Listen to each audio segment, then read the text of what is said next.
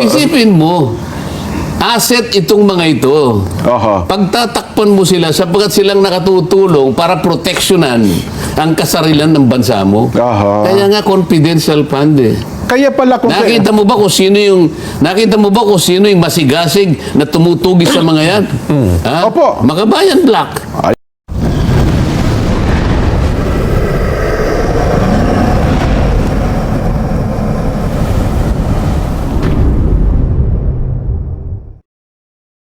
Kumusta po kayo mga kababayan? Isang pinagpalang araw po sa ating lahat. At umaasa po ako na nasa mabuti kayong kalagayan. Sa mga OFW sa anong panig ng mundo, kumusta po tayong lahat? At sa mga kababayan ko dyan sa Pilipinas, at lalong-lalo na yung mga nasa EDSA ngayon. So yung mga nagrarally dyan sa EDSA, ingat po kayo. Mga kababayan, ito na naman po si Tito's Random World. Nagbabalik at sa video ito gusto ko lang po sa inyo i-share yung tungkol po sa update about dito sa ongoing investigation sa House of Representatives, yung sa Committee on Good Government. Now, ito po yung pinag-uusapan na yung tungkol kay Mary Grace Piatos. Bali, ito po gusto ko lang i-share sa inyo para po makadagdag kaalaman sa inyo yung tungkol sa issue ni Mary Grace Piatos at kung sino ba ito. Ito po ang ating matalino at hinahangaan na si Congressman Rodante Marcolita na magpapaliwanag po sa inyo para po sa inyong dagdag na kaalaman. Bakit nga ba ito si Mary Grace Piatos at bakit ang Makabayan Black ang nag-interest nito na hanapin, palutangin? Madidiscover nyo rito kung bakit ang Makabayan Black ay interesado hanapin si Mary Grace Piatos. Panoorin nyo po ito at madagdag kaalaman po sa atin. Pantakin mo kinasangkapan pala kong ng mga dalubhasa mananaliksik sa Philippine Statistics Authority, PSA. Tuklasin, kilalanin sino si Mary Grace Piatos. Ayun. Bakit tayo napunta na naman sa usapin na yan din? May mantakin mo kung sabi ko sa inyo, sineryoso ng husto ito ng mga taong matataba ang isip na para bagang ang buong... Matataba? Opo. Yung matataba ang isip na talagang punong-puno ng kaalaman ko. Parang isip talangka ka mo. O yan, result ito, negative record, PSA. O talaga, kita yung sabi ko sa inyo, mga mananaliksik ng PSA. So naglabas ng certification. Sa buti, para tanong, sino ba si Mary Grace Piatos? Existido ba ang taong ito? At batay daw po sa impormasyon, based on information provided, yielded the following results. Name of subject, Mary Grace Piatos. Document, COLB, negative record of birth certificate, birth in the PSA CRS database, negative record, marriage, wala rin daw pong marriage certificate, negative din ang death certificate. Talagang ibig sabihin, sabi ko sa inyo kung ay talagang pinatunayang hindi po anong tawag doon? Hindi po malaman kung saan naroon itong si Mary Grace Piatos. Ang taong fictitious name. Fictitious name. Pero inabala po ang mga ahensya ng ating pamahalaan. Ano pong epekto nito doon sa iniimbestigahan ng Quadcom na kasi kaya naman na lumabas yung pangalan dyan, di ba? Oo. Yung pumirma doon sa siyang tumanggap ng pondo, ang nakalagay Mary Grace Piatos. Oo. So, tinignan nila, ito ba sino? Totoong tao ba ito? Yun nga, sabi ng PSA, wala pong taong ganyan. Ano ang implication nito? Sino yung kumuha sa Philippine Statistics Authority Certification? ng certification para sa ganun ay saliksikin yung pangalan. Hindi lang naman yung Piatos, meron pang isa eh. Opo, yung Villamin, ano ba yun? Ano yan? Yung isa, yung... Tama, yung may Villamin nga. May Villamin eh. Di ba? Dalawa po yan, Mary Grace Piatos, saka yung... ano pa ano isa? Nakalimutan ko na eh. Opo, basta yun po. Anong opisina Opo. ang nagsakit para kasangkapanin ang Philippine Statistics Authority para tingnan kung talagang merong ganyang pangalan? Anong opisina? Ang, At bakit? Ang House Committee on Good Government and Public Accountability Na naman? para alamin daw po sa PSA ko nga, para alamin po sa PSA ang tala ng taong nagngangalang Mary Grace Piatos sa kanila pong database. So, ngayon, ito namang PSA. PSA, Opo. anong ginawa? Ang atin pong National Statistician at Civil Registrar General Claire Dennis Mapa ay nagpadala po ng sagot kay Congressman Joel Chua at meron po sertifikasyon na walang certificate of live birth, wala pong certificate of marriage, wala pong certificate of death sa kanilang database. Ito pong si Mary Grace Piatos. Inilabas po kahapon, Disyembre 2, ang sertifikasyong ito. At sabi ko nga sa inyo ko, talagang pinagbubusan pa ng pagkakataon ng panahon. Ayon pa po dito kay Dennis Mapa, ang ating National Statistician, maaari silang maghanap pa maghanap pang muli ng tala ni Piatos kung mabibigyan lang sila ng karagdagang impormasyon tulad po ng pangalan ng kanyang magulang. So hinahanap ngayon ay pangalan ng magulang dito po si Mary Grace Piatos. Ayan ang sinasabi ko sa iyo, Jen. Nung nakaraang araw, nagsalita na yung Pangulo ng Republika ng Pilipinas, Jen. Yang kanya pinag-uusapan ninyo, ano yung sabi niya? Hindi man importante yan At anong cup of tea, sabi niya? Hindi, sinabi niya, wala namang importante dyan Oho. Yan pinag-uusapan ninyo, hindi naman makapag-contribute ng mabuting bagay kahit sa isang buhay ng isang Pilipino. Ganun ang pagkakasabi. Yes. O sa pagkakayamot niya siguro, sinabi niya, as a matter of fact, in my opinion, it's a storm in a teapot. Yun, storm na teapot. Di ba? Tama po kayo. Alam po ninyo, yung kahulugan po noon, yan po ay mga, kung tawagin po nila, yung mga metaphor. Siyempre po, yung bagyo, hindi mo na mailalagay sa isang tasa, di ba? Opo. So, metaphor ang tawag niyan. Yung pong ibig sabihin nun, isang napakaliit na bagay na pilit pinalalaki. Katulad yan. So, lahat po ng nakikinig, tama po yung sinabi ni Pangulong Bongbong Marcos.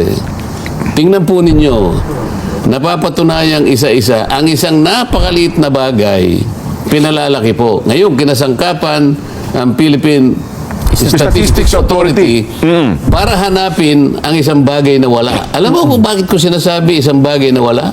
Opo. Hindi ko naman maintindihan yung mga kasama ko. Anong pangalan ng committee, Jen? Committee on Good Government and Public Accountability. Yung bang pangalan, descriptive talaga, Jen? Mukhang yun naman po, kung yun ang kanilang kiniklaim. Hindi, yung pangalan Opo. ng komite. Okay. Ulitin mo kung ano yung pangalan ng komite. House Committee on Good Government and Public Accountability. Oo. Kapag ka ba ang isang komite ay naglalayo ng good government, Opo. hahanapin mo ba yung bagay na wala? Maghahanap ka ng bagay na wala.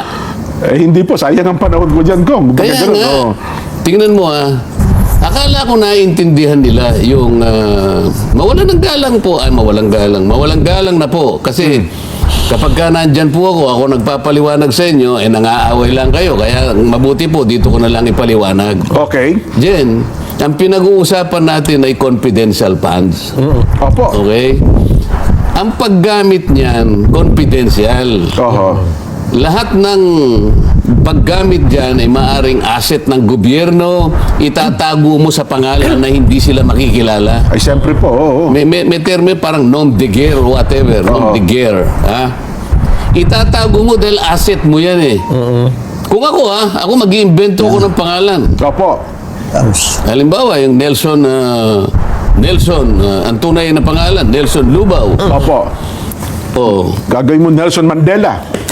Merong tunay na Nelson Mandela. Hindi mo po pwede. Maghahanap ka talaga ng wala. Nelson Baulo, ako na lang.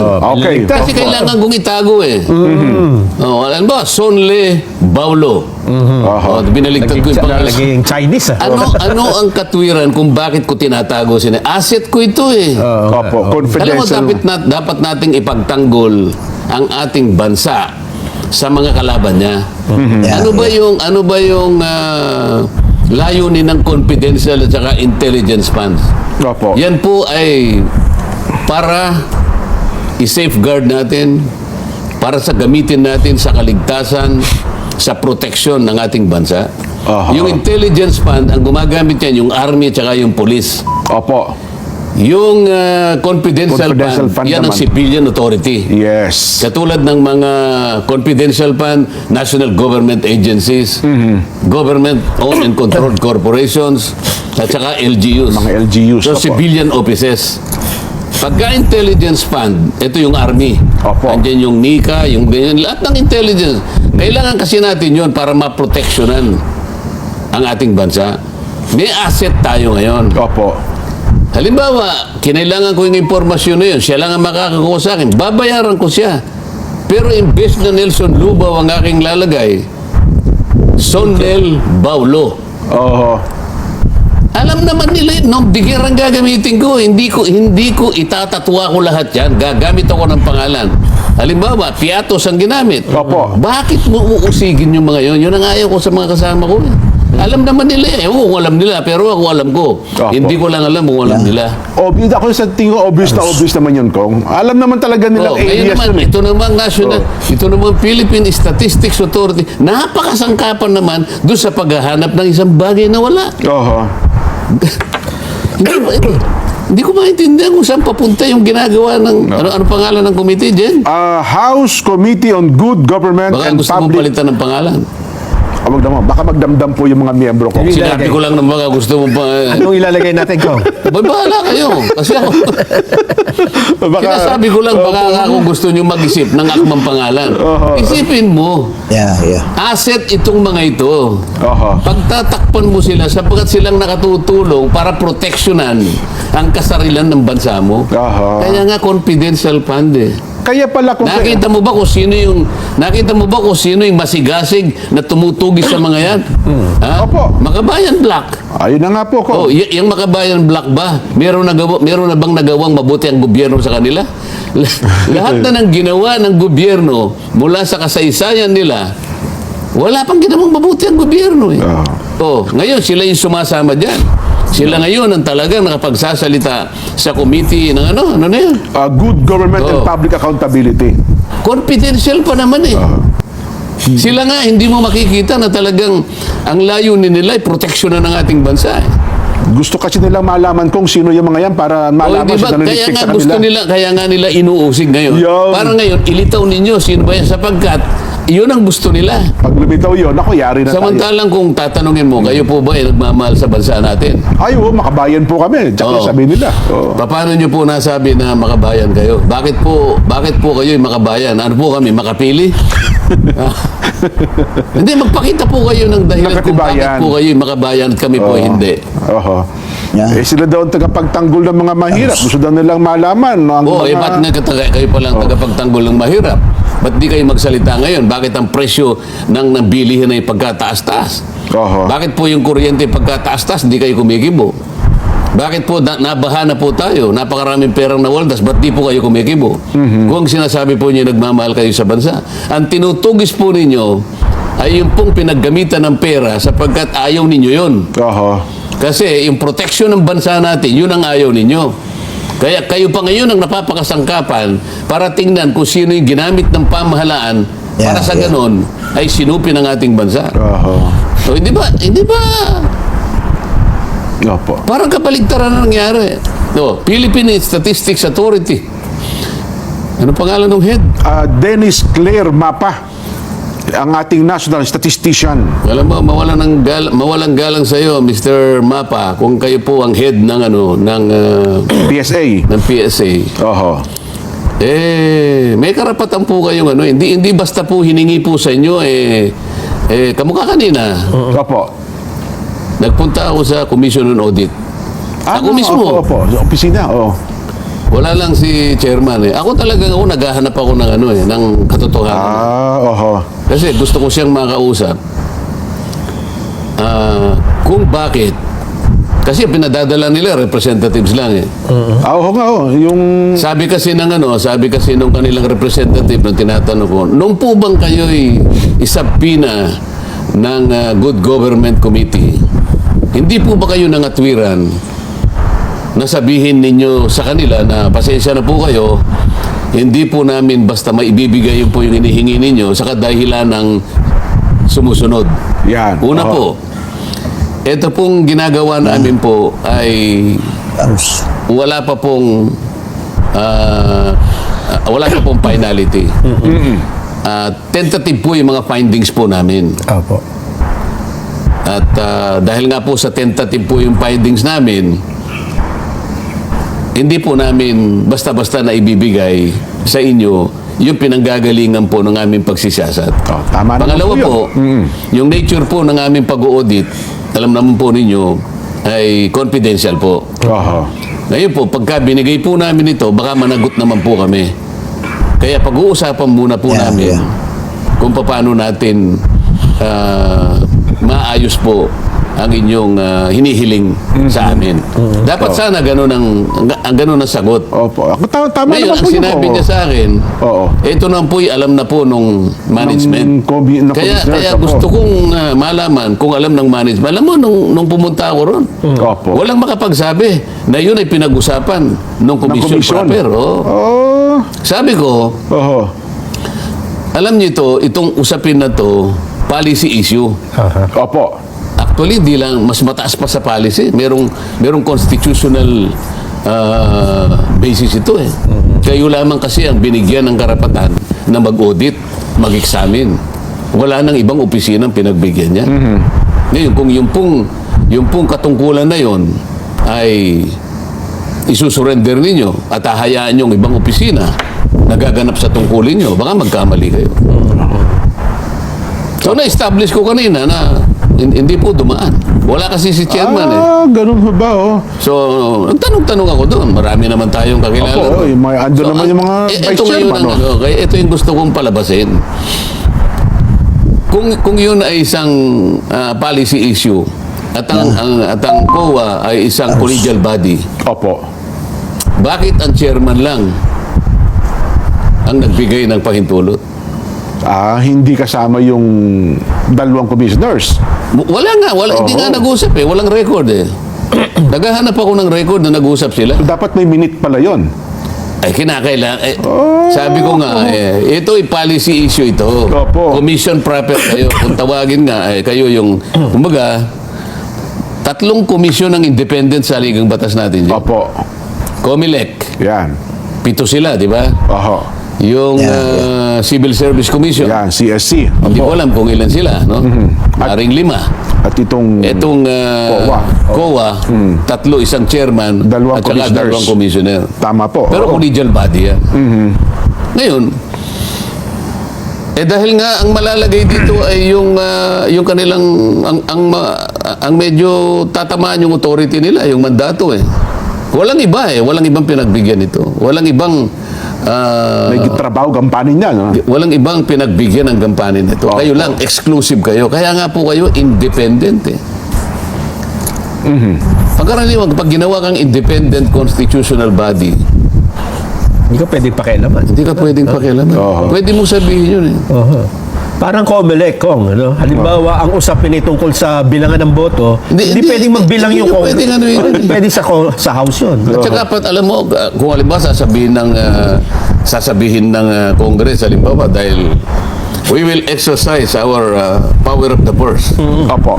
Alam mo, hindi mo rin magagamit sa kanila eh. Kasi yung mga constitutional body, meron silang fiscal autonomy. Kung ano yung kanilang budget na hiniling, Yun na yun. wala kang magagawa doon. Oho. Dahil nga kailangan proteksyonan natin sila, hindi sila dapat nai-influensya ng kahit sino dahil doon sa nature ng gawain nila.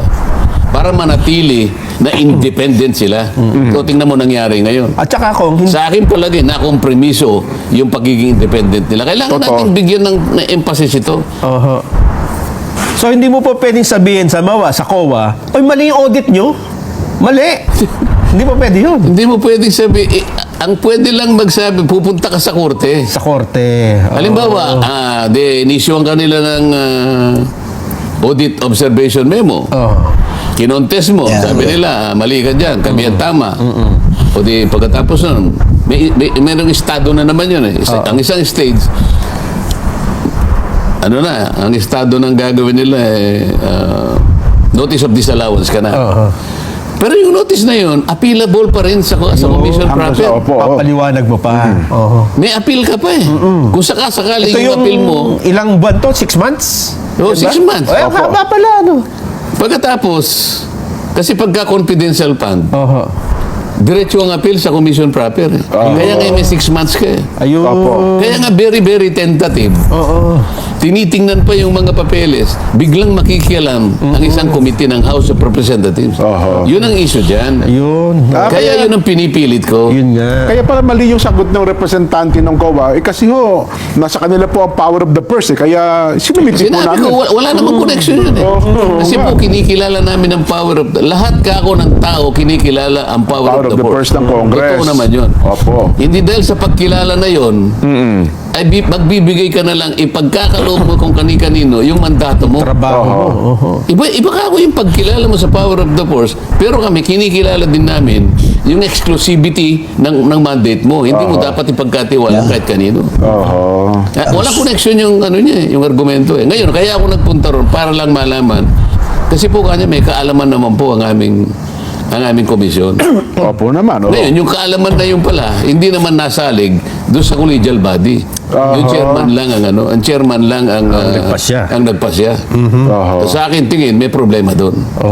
Kailangan i-discuss natin kung nakikinig ang COA. Totohanan po ito. Ako nagpunta po ako kanina sa inyo.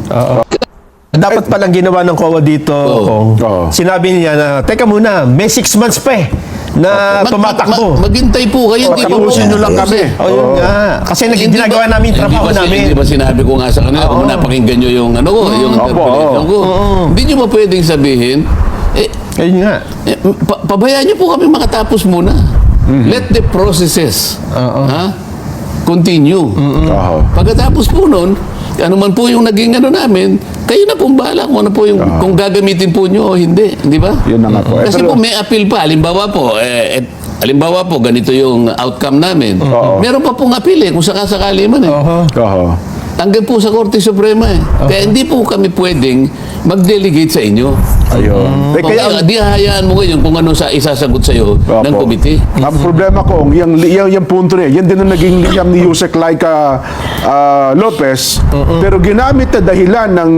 Doon pa nga siya nakulong. Doon pa, yun ang dahilan kung bakit siya nakulong. Hindi ba nire-rescue yun? Yes. Kung ako yung abogada na yan, ng OPP, ganun din ang Malamang, gagawin yun din ko. ang gawin nyo. Abogado siya eh. Abogado siya eh. Hindi naman sinasagkaan yung trabaho ng Kongreso, Hindi di ba? niya, wala po kaming layunin na kapigilin po kayo. Opo. Dahil trabaho niyo po yung kung ano po yung gusto ninyo in aid of legislation. Ang sinasabi ko lamang po, yung nature po ng proseso ng audit observation memo na ipinagkatiwala naman po dito lamang sa Commission on Audit at hindi po sa inyo. Kaya ko lamang po idinadahilan nito, pagpasyahan po natin sana. Hindi eh. Mukhang ganun nga talaga dapat ang Yun nature. po yung naging dahilan Opo. ng kanyang pagkakakulong. Ayan. Yun nga. Sinabi ko, di ba Mr. Chair, ang mas maliwanag nito, kung gagamitin nyo sa kanya na siya ay pinipigilan o obstruction of the processes of this committee, hindi po ba ang committee ito ang naunang nag-obstruct? Ano? Trabaho po ninyo, pinanghimasukan natin eh. You are out of order, sabi nila sa akin. Saka naman nakakitang. Ay, nako. So, ganun ho pala talaga dapat. Balik tayo dun sa ano sinabi ni Pangulong Bongbong. Wala naman kang importante dyan eh. Opo. Hindi niya importante yung impeachment na yan. Importante yan. Yan kanya makakadistract lang sa inyo. Napakarami nating problema. Tama naman yun eh. Opo. It's a tempest in a teapot. Isang napakaliit na bagay na pinipilit ninyong palakihin. Di ba? Ano ba yan? Kaya sila gumamit ng pangalan na hindi existido para sa ganun maitago nila yung identity ng mga assets ng gobyerno na ito po ang tumutulong sa gobyerno para po maproteksyonan ang ating bansa sa mga kalaban natin. Kaya pala kung may singit ko lang, Nelson, nung misa, nung dumalo ang Pangulong Duterte sa pagdinig ng Kamara, tinanong sa kanya yan. Sabi niya, alam mo ba, pag sinagot kita dyan, makukulong ako? Yan ang magiging dahilan. Tsaka niya, pag sinagot kita tungkol sa confidential fund, wala akong kahatungan kundi makukulong ako pag sinagot ko yung tinatanong sino mo sa pang akin. maniniwala na ang asset Ayun sa'yo pala. na ibubulgar mo pala ako? Ayun na nga. Pagkatapos pala na tumulong ako na magbigay ako ng impormasyon alang-alang sa proteksyon ng ating bansa, Yeah. ilalantad nyo rin pala ako? Mga nganib pala tayo ang ating Oh. seguridad ng bansa dyan. Mga nga, di ba? Siguro Oo. ng bansa. Sino pa itong nagsasaliksik? Sino pa, mga kalaban pa ng... Yun na nga. Hindi nyo nakita yung kabalintunaan at kabaligtaran ng mga pangyayari ngayon? Pumasok tuloy sa isip ko, Kong, sa isang pagdinig din noon na iniimbestigahan naman ng confidential fund ng Office of the Ombudsman. Yan din ang linya ng tanong, Kong. Tinanong din kay Ombudsman, Martires eh. Pwede niyo ba malaman? Sabi niya, wala pa po akong alam na intelligence fund na niresibuhan. Kasi pag niresibuhan ko po yan, nilagay ko pangalan. Pwedeng resibuhan pero yeah. itatago mo Yun nga na yung nga tumanggap. po. Kasi nga yung nature nga ng pagkakatanggap, asset mo nga yan. Yun na Hindi nga ba? po. Ano kaya paghalimbawa ang gagamitin natin para magkaintindihan kami? Hindi ba? Maunawaan. Mukhang ayaw talaga unawaan So, yung punta so na yan, Kong. nakita mo yung malit na bagay na pinipilit na palakihin. Oho. Nahantong tayo ngayon sa pagpapile ng impeachment. Pero kung yung malit na bagay na yon ay pinanatiling mali dahil wala namang kabagay-bagay, akalain mo nga halungkatin ng confidential fund. Pero, ang paghalungkat, isang opisina lang. Oho. Yung 350 pinabayaan, saan ka naman nakakita? Totohanan ba? Totohanan ba yung gawain na kinakailangan makagawa tayo ng isang maganda at mapapanaligan na batas na siyang gagabay sa ating mga mamamayan Nako. na may kinalaman sa confidential fund? Oo. Ha? 350 Ang merong notices galing isa sa lang COA. yan. Paano mo ngayon masasabi na kayo po ay objective, na kayo po ay hindi po kayo na may personal? Halimbawa, sasabihin na, alam mo, Jen Nelson, mali kayo sasabihin nila. Hindi kami na may personal. Oho. Lalong-lalong hindi kami namumulitika. Basta't ang gusto lang namin tuntunin, isa lang. Ayaw na namin tuntunin yung 350. Office of the Vice President lang. Dahil sa alam nyo na nga niya, madugo yung marami kaming gawain eh. maraming Gusto ginagawa. namin isa lang. Ang tatargetin namin. Oo. Ha? At saka sabi nung isang mambabatas, Kong, yun lang ang may gusto maging presidente sa susunod na taon eh. So yun, mga kababayan, I hope na nakadagdag ito kaalaman sa inyo, yung mga piniliwanag ni Congressman Marcoleta. Maraming salamat sa inyong panonood. Pasensya na kayo kaibigan, medyo nanginginig pa ako dito sa lamig dahil taglamig na dito sa Saudi Arabia. Kaya nakadoble-doble yung suot ko dahil nga yung hangin malamig. Dito pa ako sa rooftop naggawa ng record ng video na ito. At maraming salamat sa inyong pagsusubaybay at God bless us all. God bless the Philippines.